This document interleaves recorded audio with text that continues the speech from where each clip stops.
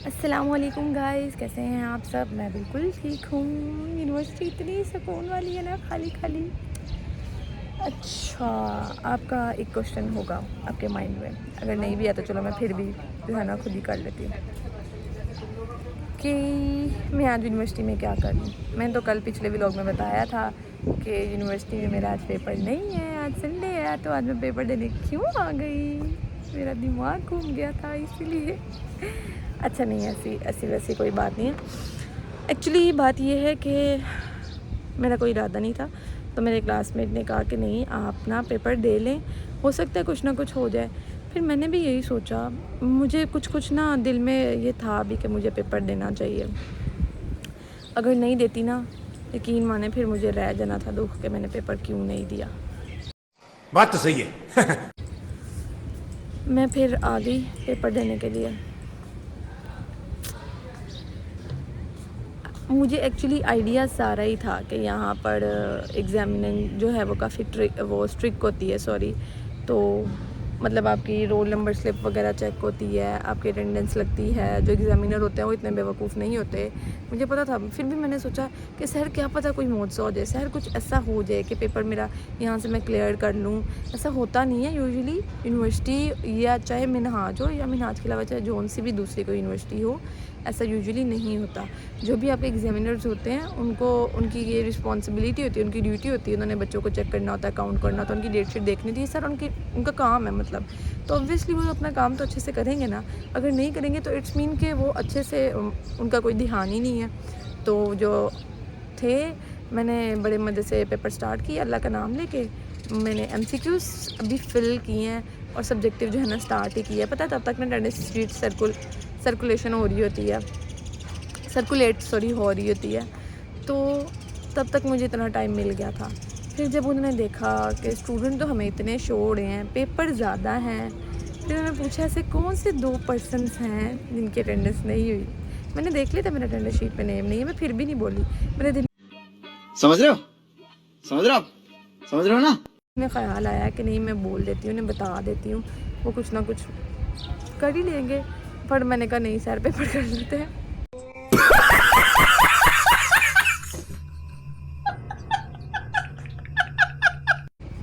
MCQ जब मैं कर रही थी, फिर जब उन्होंने कहा ना, फिर मैंने कहा नहीं पता तो उनको पहले ही चल जाना है, मैं नहीं बताऊंगी तो ऐसे फिर बाद में जब उन्हें पता लगेगा वो खुद से अनाउंस करके उठाएंगे ऐसे बड़ी क्लास में, तो ज़्यादा इंसल्ट होगा।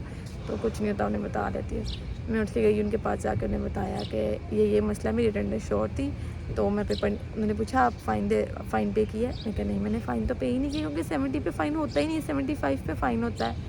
और तो मैंने तो फ़ाइन नहीं पे किया। मैं एक्चुअली पेपर दे ही नहीं सकती थी मैं, बट फिर भी पेपर देने।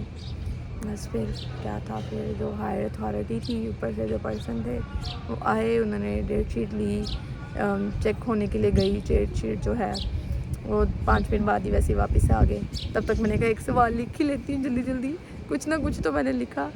वो फिर वापस आए तो कैसे कैसे लोग रहते हैं यार यहाँ पर। उन्होंने मुझे बुला लिया, कहते अपना पेपर भी ले आओ, डेट शीट भी ले आओ, सब ले आओ। मैं चली गई।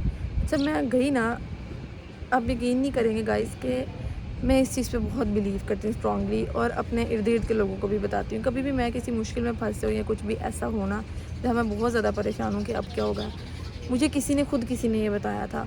और मुझे काफ़ी तकरीबन 1.5 साल हो गया मैं ये चीज़ कर रही हूँ। मैं बहुत ज़्यादा इस पर बिलीव रखती हूँ, अगर आप भी बिलीव के साथ करें तो। मैं फ़ौरन से ना हलीमुन करीमुन अफून करीमुन, हलीमुन करीमुन अफूवन करीमुन, ये 4 लफ्ज़ हैं, इसको कंटिन्यूसली पढ़ती रहती हूँ जब तक कुछ ना कुछ मेरा मसला हल हो जाए। मैं पहले भी पढ़ती रही थी जब पेपर दे रही थी, उससे ये था कि देखें वो चीज़ें ना आपके लिए ईजी हो जाती हैं। मुझे फिर एग्जामिनर ने कुछ नहीं कहा, और फिर जब वहाँ पर मुझे लेकर गए रूम में जहाँ पर उनका सारा स्टाफ बैठा हुआ था चेकिंग के लिए, तो मैं कंटिन्यूसली इसको पढ़ती रही। एक्चुअली ये सीन हुआ है कि मुझे ना यूनिवर्सिटी में कभी किसी टीचर ने या फिर इस तरीके से ऐसा नहीं हुआ कि कभी किसी ने डांटा हो। एक दफ़ा मेरे साथ, सिर्फ एक दफ़ा पूरे इस टाइम पीरियड में सिर्फ एक दफ़ा ऐसा हुआ है कि मुझे जो है ना बस फिर वो टीचर नहीं थे, एक्चुअली हेड थे, तो उन्होंने काफ़ी बुरा डांटा था। तो मेरे से ये चीज़ बर्दाश्त नहीं होती। मैं बहुत वो हूँ, थोड़े दिल कौन है ये लोग, कहाँ से आते हैं ये? ये कहते हैं ना जैसे थोड़े दिल के मालिक, वो हूँ मैं। तो बहुत जल्दी रोने लग पड़ती हूँ, मेरे आंसू नहीं कंट्रोल होते। तो घर में भी कोई कुछ कह दे मैं तो सब भी रोने लग पड़ती हूँ। घर वैसे इतना कोई ख़ास कहते नहीं है, मम्मा समटाइम्स गुस्सा हो तो कुछ ना कुछ कह देती है, अदरवाइज़ नहीं, कोई भी नहीं, ऐसा सीन ही नहीं है।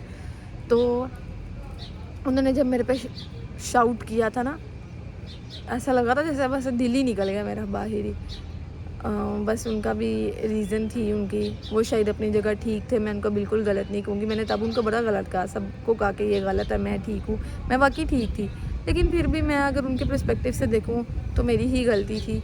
लेकिन मुझे लगा कि उनका ये तरीका सही नहीं था समझाने का या कहने का कि आपने ये गलत किया। ओवरऑल जबकि हर पर्सन ही यही चीज़ कर रहा था। मैं उस चीज़ को डिटेल में जो है ना बिल्कुल भी नहीं करूँगी डिस्क्राइब कि वो क्या था इंसिडेंट, जो भी था व्हाटएवर। अच्छा, अब मैं तो सोच में पड़ गई, मैं क्या अगर इस एग्जामिनर ने मुझे कुछ कहा, मैं तो पहले ही वैसे की हूँ, फिर तो मुझे और ऐसे रोना आने लग पड़ेगा। तो फिर शुक्र है एग्जामिनर ने मुझे कुछ भी नहीं कहा, मैं दुआएं पढ़ती रही। उसने कहा कि बेटा आपकी अटेंडेंस शॉर्ट है, आप पेपर नहीं दे सकते, आप रख लो पेपर, आप जाओ रख दो। उनके पहले ही उनके पास था, उन्होंने कहा आप जाओ। मैं आ गई, मैं कहा ठीक है मैं जाती हूँ, मुझे पहले ही मालूम था। और बाकी अभी ना इतना प्यारा मौसम हुआ हुआ ना, मैं बैठ रही हूँ जैसे मेरे दुपट्टे से ही पता चल रहा है आपको। ये हमारे जो लाइब्रेरी के सामने ग्राउंड है ना, यहाँ पे बहुत अच्छी हवा चलती है, सुकून महसूस हो रहा है। अब बस निशा का इंतज़ार कर रही हूँ, आएगी तो अब फिर इकट्ठे ही घर चलेंगे। थोड़ी जब तक सुकून वाली हवा भी ले लेती हूँ, गाँव गाँव वाली फीलिंग आ रही है। चेक करो। और वैसे कोई बात नहीं, ये ज़िंदगी में इस तरीके की चीज़ें होती रहती है, इनसे ही आप एक्सपीरियंस गेन करते हो। और ज़िंदगी में अप्स एंड डाउन्स आते रहते हैं, चलता रहता है। So it's totally okay, fine, ये शुक्र है। और इसका मतलब एक बात और, मैंने आज की व्लॉग में बहुत ज़्यादा और का वर्ड यूज़ किया है। मुझे ऐसा फ़ील हो रहा है कि जैसे कि मैंने कहा कि मैं बहुत थोड़े दिल की हूँ, इसका मतलब ये नहीं है कि मैं कोई बात बर्दाश्त नहीं कर पाती, नहीं। समटाइम्स ऐसा हो जाता है कंडीशन की वजह से या तबीयत की वजह से कि कोई अगर गुस्सा करे, जिसने कभी किया ना हो आपके ऊपर गुस्सा, और ऐसे एकदम से बोलने लग पड़े, पता ना चले, तो वो चीज़ फिर नॉर्मली मेरा ख्याल है सबके साथ हो जाती है। अदरवाइज़ अल्हम्दुलिल्लाह मैं बहुत स्ट्रॉन्ग हूँ, बहुत ज़्यादा सेल्फ़ डिफेंस अच्छे तरीके से जानती हूँ। उस इंसिडेंट के बाद से मैं इतनी अपने आप को इतना ज़्यादा स्ट्रॉन्ग फ़ील करती हूँ ना कि वाकई मुझे पता है कि अगर मुझे किसी ने ये बात की है ना तो मैं इसको इसका जवाब दे सकती हूँ, और मैं दूँगी भी लाज़मी। माफ़ी वाला कोई सीन नहीं है। और ऐसा भी नहीं है कि मैं बहुत ही वो, नहीं, मोस्टली लोगों को माफ़ कर देती हूँ, मोस्टली कर देती हूँ।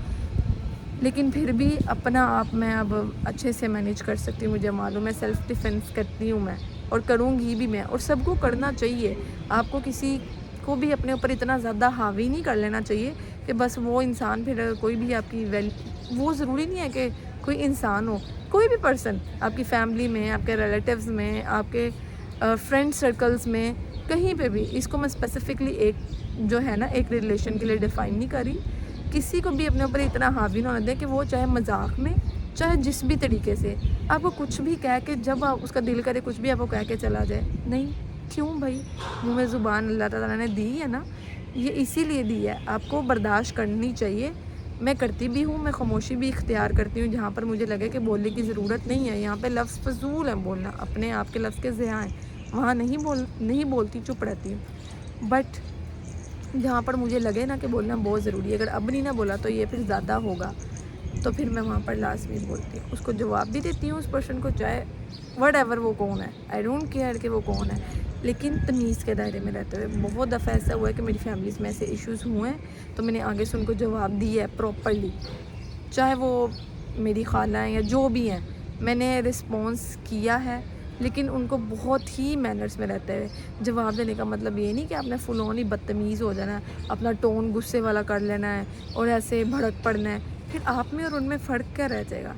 आप पढ़े लिखे हैं, एजुकेशन ली है, वो इस वजह से थोड़ी ना ली है।